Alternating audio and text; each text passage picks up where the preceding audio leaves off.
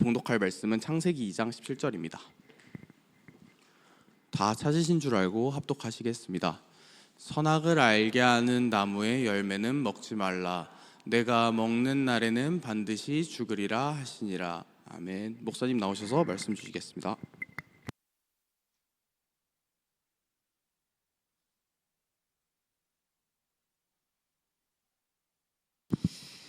토요일이라서 좀 늦잠을 잤더니는 시간이 후딱 가네요. 그렇죠? 아침에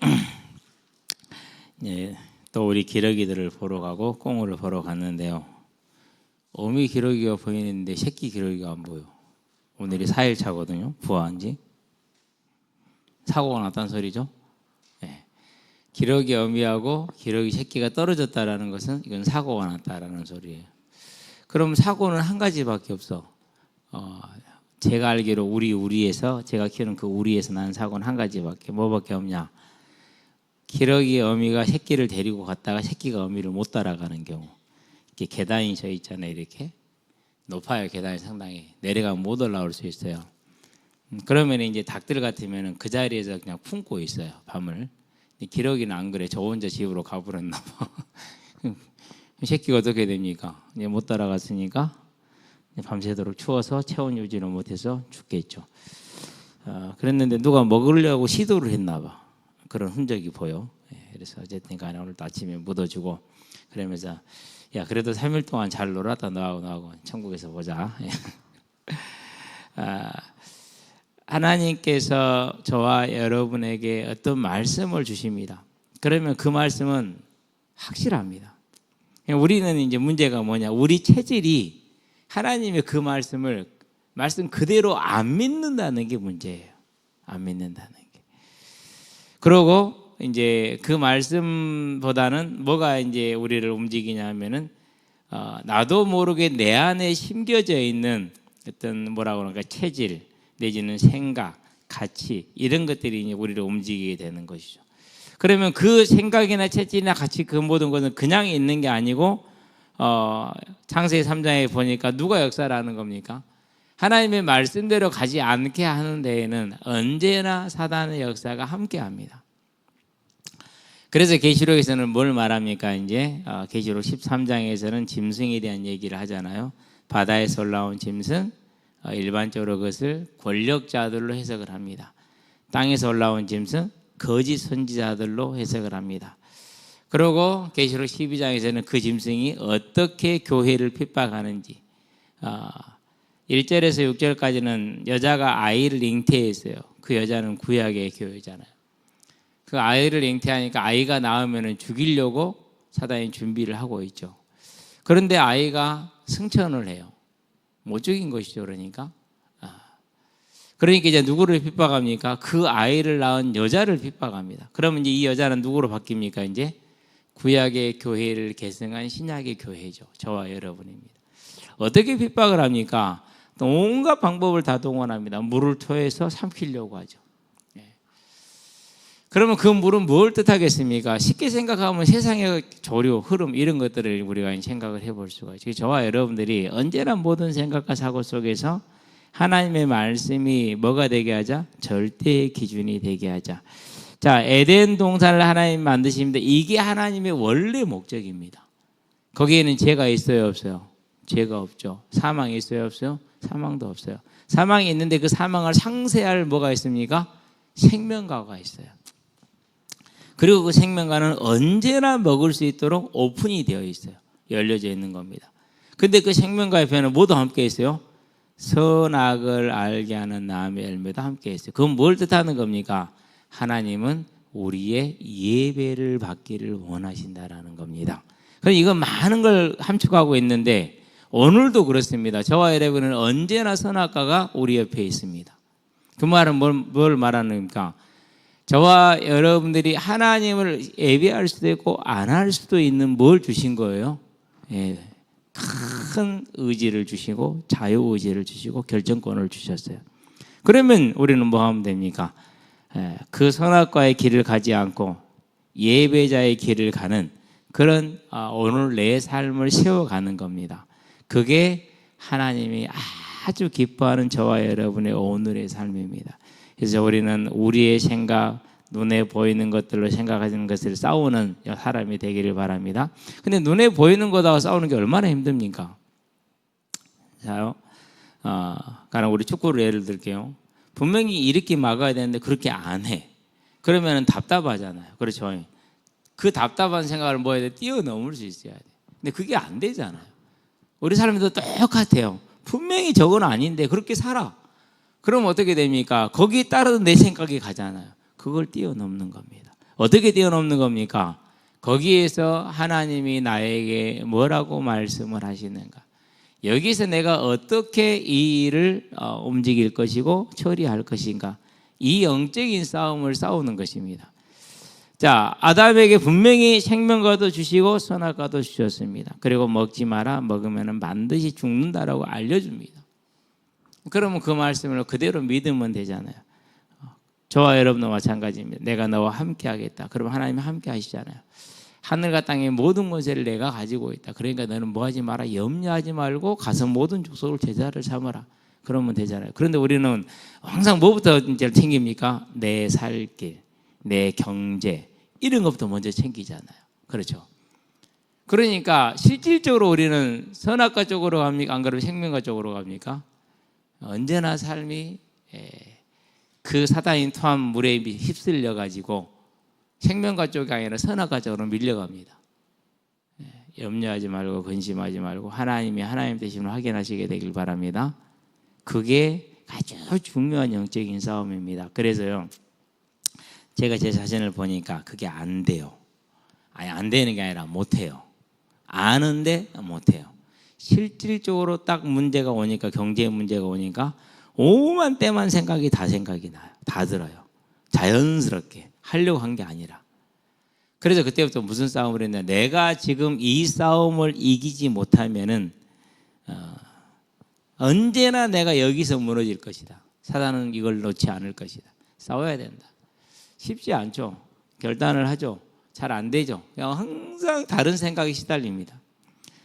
그런데 나는 싸웠습니다. 싸우기를 원했고 그렇게 하나님께 은혜를 구했습니다. 하나님 안 돼요. 힘을 주세요. 어떻게 힘을 주셨느냐? 더 고민하게 만들었어요. 완전히 말린 겁니다. 그러니까 모든 루트를 다 끊으시는 거예요. 물론 그때 당시에도 전화 한 통하면 돼요. 그런데 그 전화 한 통화를 하게 되면은 나는 이 시험을 언젠가는 또 해야 돼. 전화를 해야겠어요, 안 해야겠어요? 안 해야죠. 그래서 그래도 그런 정도는 분별을 했으니까 내가 여기서 전화하면 안 된다. 버티자. 분명히 하나님은 주인이시고 살아계시고 그리고 만물을 주관하시고 공급하시는 분이니까 나는 그 사실을 확인해야 된다. 그런 거거든요. 그러고 결국 조금 고생스럽긴 했는데 정말 행복한 시간이었고 좋은 시간이었어요. 그리고 결국은 그것을 보게 돼요. 하나님이 주관하시는 걸 보게 돼요. 이 싸움을 저는 여러분들에게 권해드립니다. 싸워야 됩니다. 어느 날 반드시 그걸 물을 겁니다. 네가 주인이야? 내가 주인이야? 세상의 주인이야? 내가 주인이야? 경제가 주인이야? 내가 주인이야? 권력이 주인이냐? 내가 주인이냐? 물을 겁니다. 그때 대답해야 돼요. 주님이 주인이십니다. 이렇게. 안 그러면은요, 그걸 이겨내지를 못해요. 싸워서 이기게 되길 바랍니다. 그게 선악과예요. 그것이. 그래서 에덴 동산은 무슨 모습입니까? 하나님께서 창조를 이루신 목적을 설명해 주는 그런 곳이죠. 아무런 악이 없는 곳이죠. 그런데 이 에덴 동산에서 아담이 실패합니다. 생명과 쪽이 아니라 무슨 길을 갔어요? 선악과 쪽으로 갔어요. 그 세상의 조류에 휩쓸려 가버립니다. 사단의 유혹에 이끌려 가버린 겁니다. 그래서 하나님은 그를 그 생명과를 먹지 못하도록 죄인으로서 영원히 사는 게 좋아요. 안 그러면 죽는 게 나아요. 죽는 게 낫거든요. 그래서 쫓아냅니다. 그게 인류 역사의 시발점입니다. 오늘 인류 역사의 모습이. 만약 그렇지 않다면 다른 모습으로 전개가 되어 있겠죠. 그렇죠? 자, 그러면 선악과는 이렇게 쭉 설명을 했어요. 그럼 많은 사람들이 말합니다. 아담이 먹었지 내가 먹은 것 아니지 않네. 이렇게 설명을 합니다. 그런데 중요한 것은 콩을 심으면 팥이 안 나옵니다. 콩이 나옵니다. 아담이 죄인이 되므로 아담 안에 있는 모든 생명이 죄인이 됩니다. 그래서 모두가 죄인입니다. 히브리서 7장을 갑시다.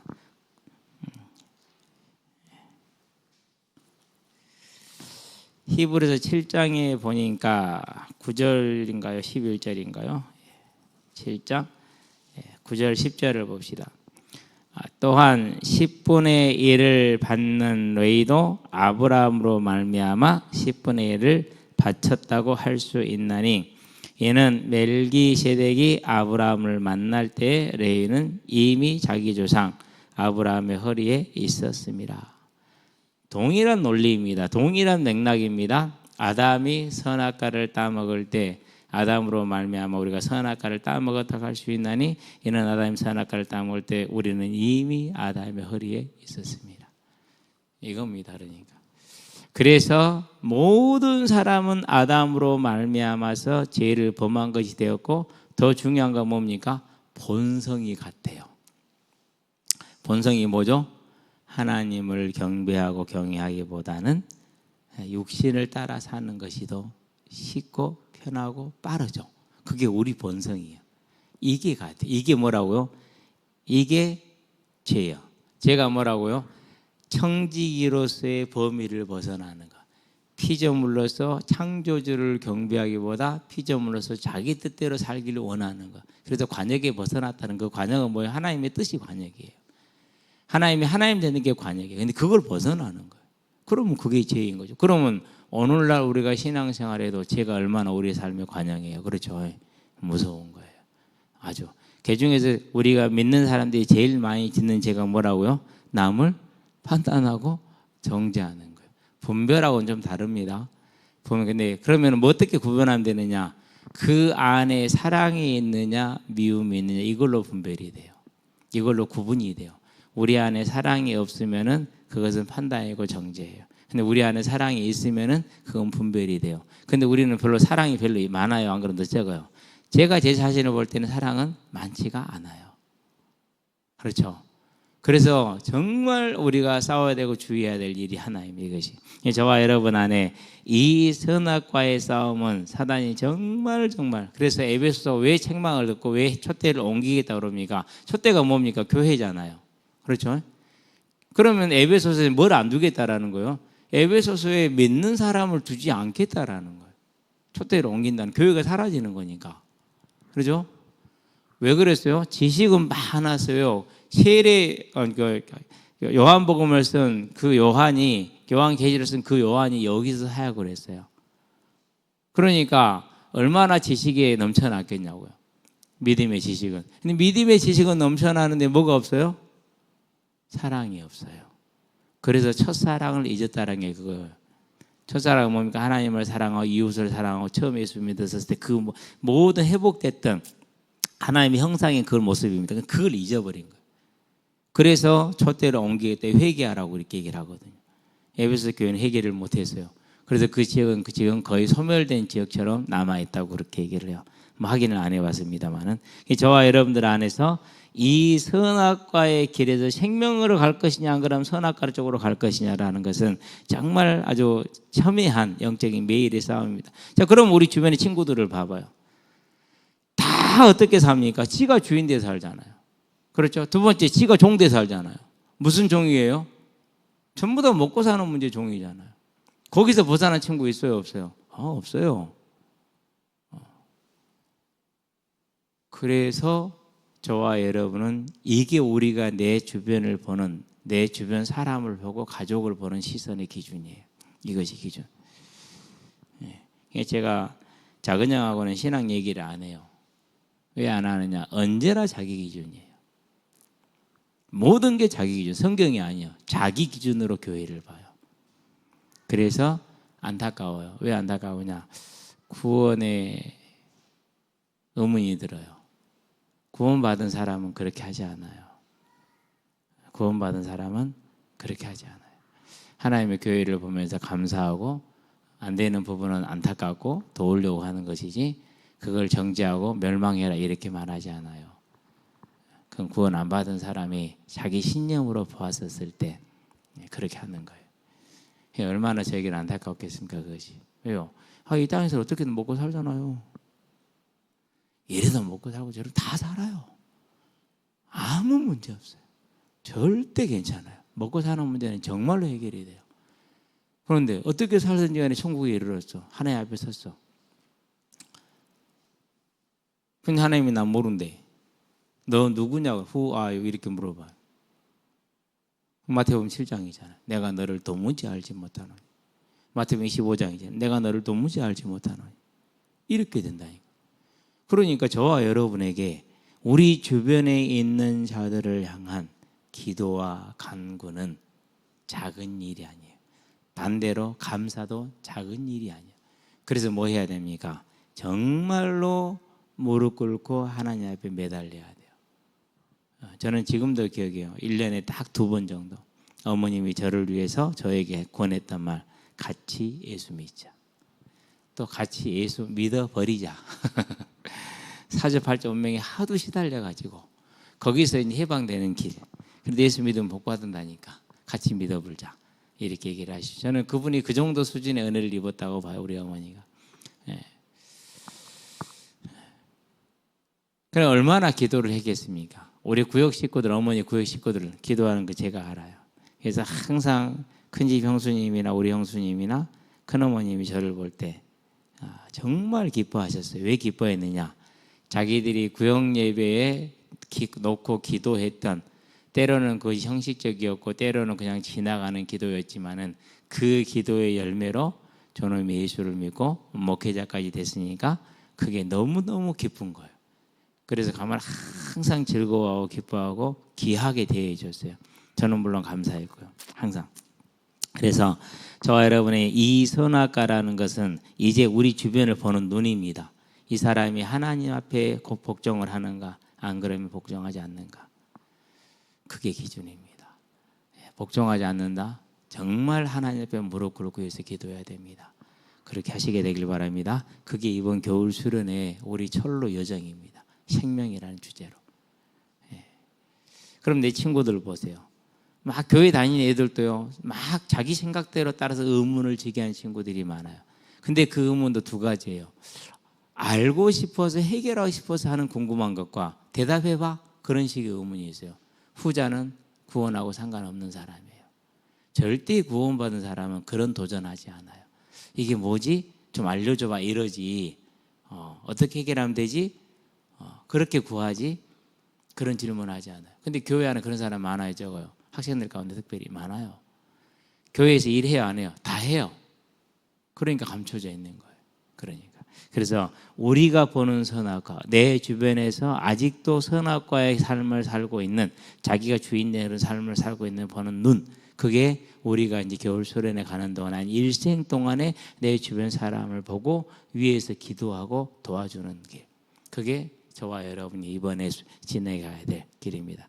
특별히 이제 오늘 내일 이틀 동안에 또 시간이 날 겁니다. 현장에 들어가시게 되길 바랍니다. 가셔서 정말로 다른 얘기 할 것 없습니다. 뭐가 죄이고 뭐가 죄인인지 하나님이 계시는 거고 어떻게 해야 되는지 예수를 믿는 것. 여러분이 꼭 도와주게 되길 바랍니다. 영접기도 하셔도 됩니다. 괜찮습니다. 왜요?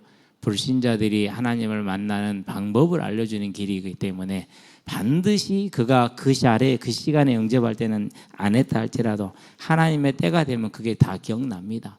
그러고 자기 고백을 하게 됩니다. 해주시게 되길 바랍니다. 자, 그래서 야고보음 4장도 읽고 마태복음 7장도 들어있습니다. 다 선악과의 길을 가는 사람들, 교회 안에 교회 밖에서. 그래서 이 선악과를 따르는 삶, 즉 내가 주인된 하나님의 뜻과 하나님이 하나님 되심을 벗어나는 그런 삶을 사는 것이 불경외입니다.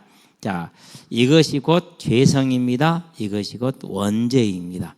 이 불경외는 반드시 불경건을 가져옵니다.